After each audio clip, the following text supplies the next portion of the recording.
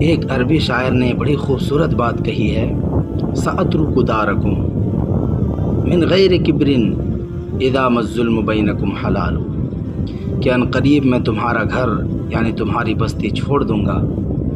کسی تکبر کی وجہ سے نہیں بلکہ اس لیے کہ تمہارے درمیان ظلم کو، زیادتی کو حلال سمجھا جانے لگا ہے۔ آگے کہتا اذا مل حقد بینکم مباح فما للمجد عندکم مجال، اور جب تمہارے درمیان بغض، کینہ، کپٹ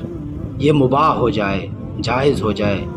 تو تمہارے یہاں عزت و بزرگی کے لیے کوئی جگہ نہیں بچتی، کوئی جگہ باقی نہیں رہتی۔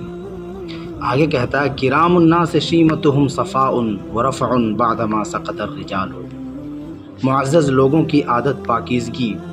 اور دل کی صفائی ہوتی ہے، اور جب لوگ گر جائیں تو انہیں اٹھانا اور سہارا دینا ان کی شان ہوتی ہے، ان کی یہ عادت ہوتی ہے۔ وَأَيْمُ اللَّهِ كُنْتُ أَبِيَّ نَفْسٍ حَجَرْتُ النَّهْرَ سَالَ بِهِ الرُّعَالُ، آگے کہتا ہے وَأَيْمُ اللَّهِ، اللہ کی قسم،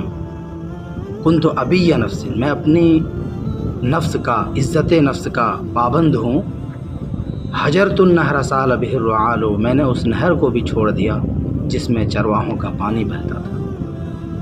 یعنی شاعر یہ کہنا چاہتا ہے کہ جہاں ظلم، کینہ،